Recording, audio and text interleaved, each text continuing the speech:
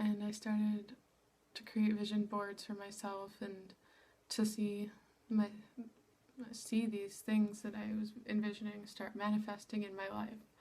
And I noticed there were times when certain things wouldn't come through, and over the years, 8 years now, I'm 23, about to be 24, I started to realize what was working and what wasn't working with using the law of attraction, with trying to manifest your reality and create your dream life. And so I'm going to share those little tips with you now, because that is my passion, is to help people live their highest potential, live their dream life. Everyone has a purpose.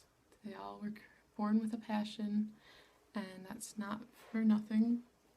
And so that kind of goes into number one. First thing you have to do is do what makes you happy.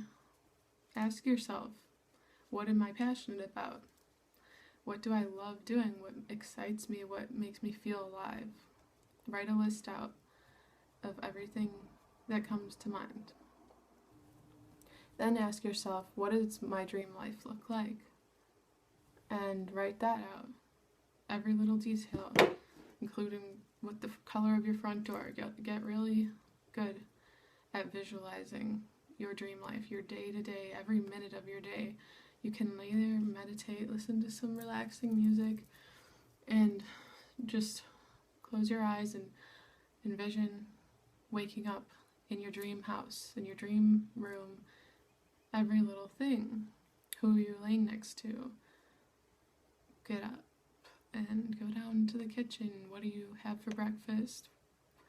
Everything. I mean, then what do you do after that? Go for a jog.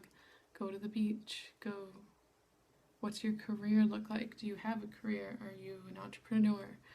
Do you own your own business? What does that look like? Write out every single detail. You can make different categories: health, wealth, family, and hobbies. Everything having to do with your life.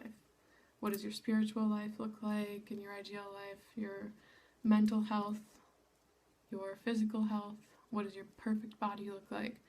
Just start visualizing all these things that are, and imprint them into your mind that they are going to happen. Believe in yourself. That is step number 2. Or you could say they're all really step number 1. But I'm just going to list them off as I remember. Okay, so believe in yourself.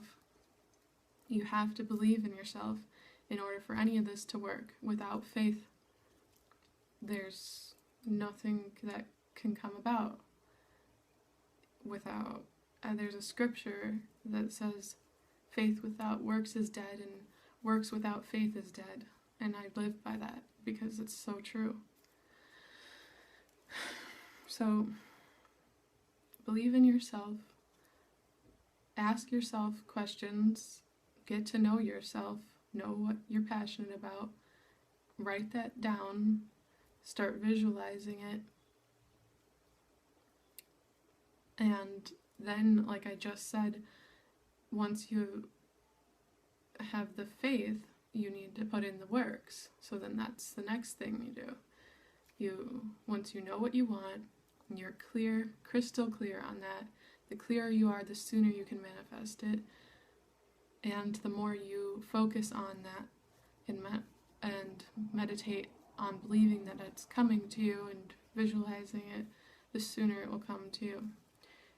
But you also have to take intuitive action, as I like to call it. The kind of action that feels right, that feels like it's in your gut. You know this is what you're supposed to do, and you can't help but to take action. That's the kind of action, not the forced action that's like, oh, I really don't want to do this, but it's part of the process. I think that I've tried that way of planning out step-by-step plan, and what I found is when you form that rigid of a plan, it often stops you from staying in the flow of the universe's plan, which is all-knowing and the best plan for you, God's plan. He knows the best way of life for you. So that staying in the flow, let go of resistance, let go of any negative beliefs. That would be another step. Letting go of negative belief patterns, things like negative thoughts that come up and tell you that you're not good enough to be an author, you're not smart enough to write a book, you're whatever. All those voices, those negative voices, get them out of your head, reprogram your mind to think positively of yourself. Start loving yourself, start taking care of yourself, and you'll be amazed at the results you get. When I speak of reprogramming your mind, the best way to do that is through guided meditations. So what you can do is go on YouTube and type in guided meditation for positive thinking, or guided meditation for confidence, or guided meditation for letting go of fear. All of these things, whatever you're struggling with the most, you'll know which one to do. There's guided meditations for everything. Just have to search for it. Seek and you shall find. Another one of my favorite scriptures. So, yeah, it's funny when I'm making these videos, it's just like, it's the same concept that you have to stay in the flow of letting go in order for the video to turn out well. When I start to overthink it and force it, that's when I go blank. My mind stops and I literally don't know I don't know what I was trying to say. I completely forget. So I still have that to work on. I've been reprogramming my mind for a while. I went through 3 years of a very, very dark, deep depression. And so this comes from experience. The only way I got out of that depression was by doing guided meditations. That was the number one thing I'd say. Well, the first thing was that someone inspired me. Find people who inspire you. If you're depressed, find someone that makes you want to get out of bed in the morning, that makes you have hope that you could be happy again. And then start doing these guided meditations and being more aware of the negative self-talk and changing that into loving self-talk. And day by day you'll just start to feel a little bit better, because what's happening is your subconscious mind, which makes up supposedly 90% of your mind, is in control of the law of attraction. Oh, here we go. This is what I wanted to say. Yeah, so your subconscious mind, if it's playing on repeat, I'm not good enough to be an author, being rich is bad or evil people are rich. These kind of negative beliefs that have been formed from childhood or media, that is what's holding you back. And so unless you get consciously aware of your subconscious beliefs, patterns, and thoughts, then your life is going to be out of control.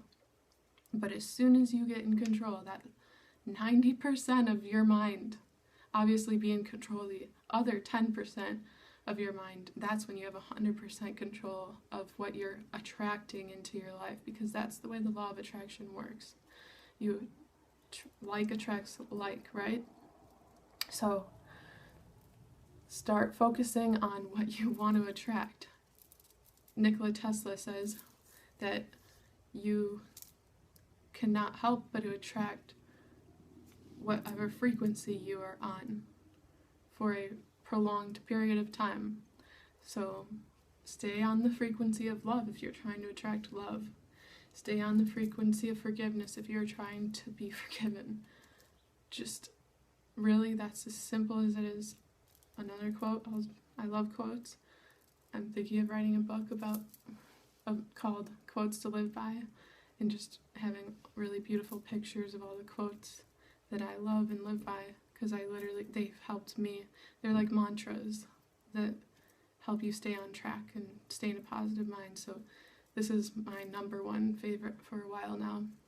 If you want to understand the secrets of the universe, think in terms of frequency, energy, and vibration. Nikola Tesla. So this is it, that you can apply that to so many things. We are frequency, energy, and vibration. That's what we are.